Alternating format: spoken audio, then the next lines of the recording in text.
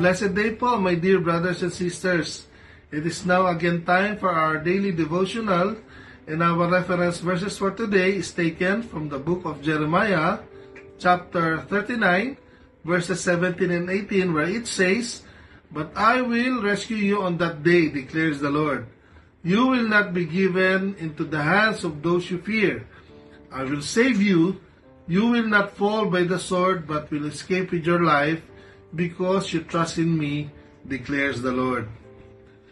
Jeremiah 39 tells us po about the fall of Jerusalem. Just as God has promised, Jerusalem was placed under siege and was overtaken by the Babylonians, and God's people were fully taken into exile. As the Babylonians took control over Jerusalem, one specific order was given by the king of Babylon, that is, to protect the prophet Jeremiah. Jeremiah was allowed to stay in the courtyard of the guards under their protection, and thus he was saved. Why? Because he put his trust in the Lord. This is the essence of these verses, and even throughout the Bible po, God has been telling us to put our trust in God, to put our faith in the Lord, and we will be saved. This is what God has been saying to His people over and over and over again. In the Old Testament, the people did not have the assurance of life after death. But that has changed after God sent His only begotten Son, who proclaimed the good news of salvation. For those who are believers like you and me, for those who has accepted Jesus Christ as their own personal Savior and Lord, one thing will stand true, regardless of the physical situation they will be in, that they will have life in the end, in eternity, in heaven with Him. And what do we have to do? Just put our trust and faith in the Lord.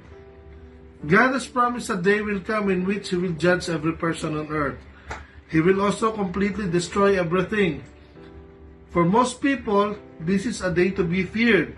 However, those who are believers in Jesus do not need to have any fear. Why?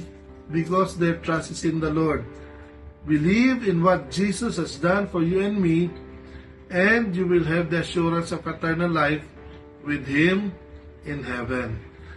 As each day goes by, there will be times that we may face terrible things or circumstances, but we can be rest assured of the protection that God will provide us.